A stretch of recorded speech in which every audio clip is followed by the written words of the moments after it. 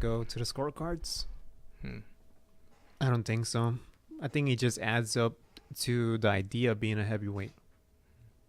It's got to end in a knockout. That's what we all expect in the heavyweight division. We saw it with Joshua with Povetkin recently. We saw it with what happened with Deontay Wilder versus Ortiz. It's got to end in a knockout. Yeah, if that fight goes to distance, Tyson's gonna win. Yeah. Yeah, I can see that happening. I don't think, like I said, I don't think Wilder's ready for that big stage, and I don't think he's ready to go 12 rounds against a big guy like that. There'll be some people that say that this fight is too soon for Fury, but Yeah, it might be. so that's That's what That's what what makes makes it so boxing, yeah. interesting. That's true. Because, I do feel like it's kind of early. because even during the press conference that I was watching, Showtime guy asked Tyson Fury, you're facing the champion, and then Tyson was like, wait a I'm the minute, I champion. was the Lineal lineal champion, yeah.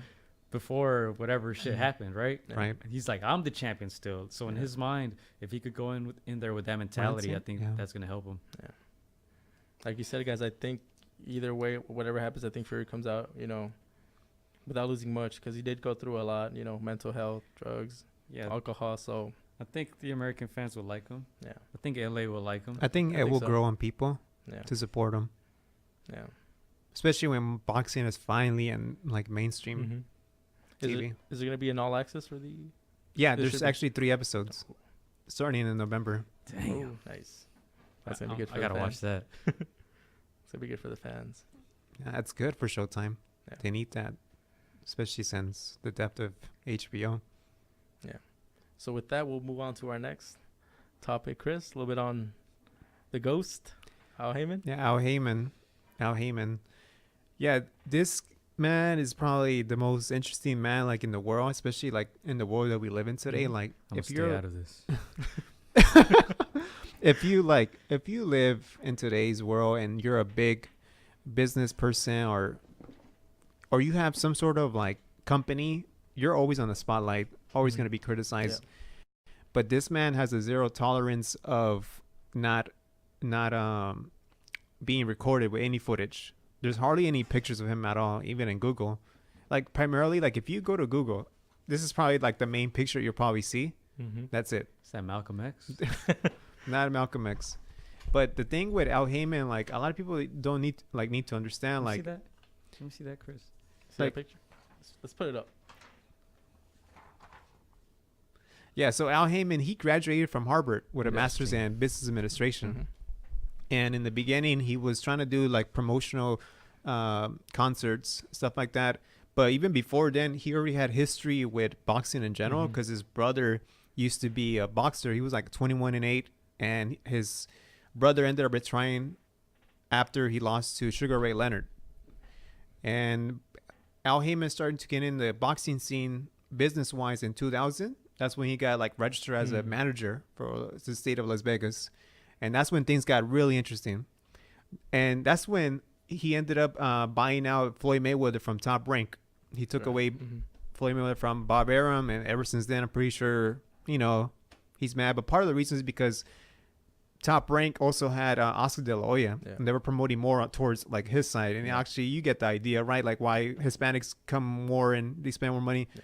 So that was that. And thankfully, at the end of the day, that was probably the smartest business move for Al Heyman, Yeah. because it introduced a lot of fighters out there, be like, whoa, Who's this like, guy? Yeah. that could be me, just like Mhm. how Floyd Mayweather was promoted, Yeah. or managed, right? Mm-hmm. And a lot of people don't actually have like an idea or opinion, like how can you, what's my opinion now, Heyman? Like, and it's hard because you don't see him in the Yep. spotlight. Mm-hmm. I remember somebody, he Does he mentioned, talk? there was one is he- quote that he says that he doesn't want to be a star, he's a businessman. Yeah. Like- He doesn't want the credit. He doesn't want the to credit. limelight. Yeah, he says if the spotlight's on me, that means that that's less spotlight on the boxers.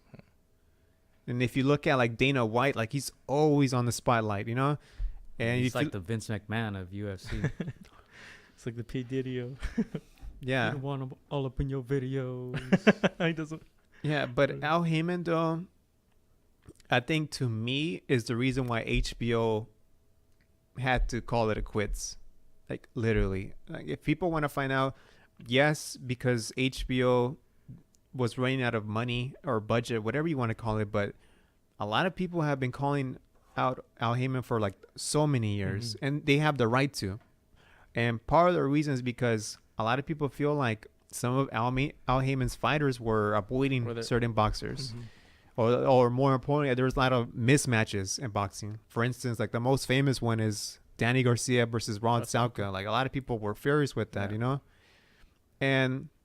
But at the same time too, when you listen to fighters, like, hey, how's Al Heyman?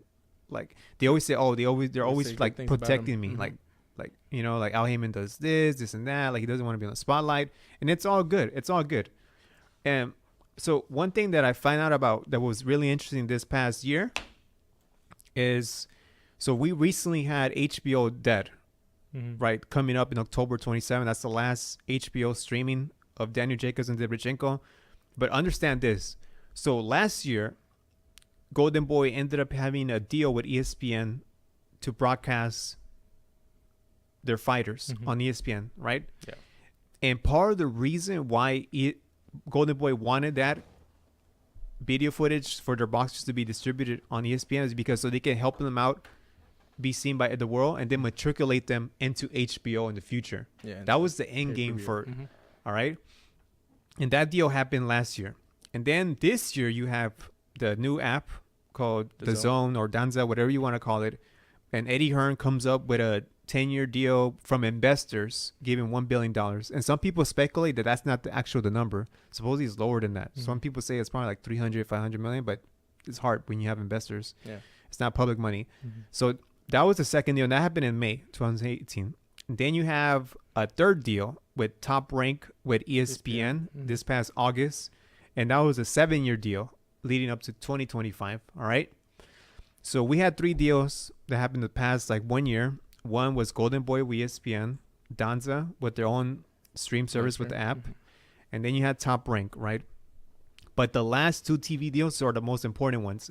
And that was PBC, Premier Boxing Champions, with Showtime, which is a 3-year until 2021.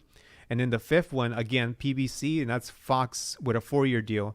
But this is the one that like really like catches everybody's eyes. So this one was 60 million per year. So he's basically getting in like 240 million.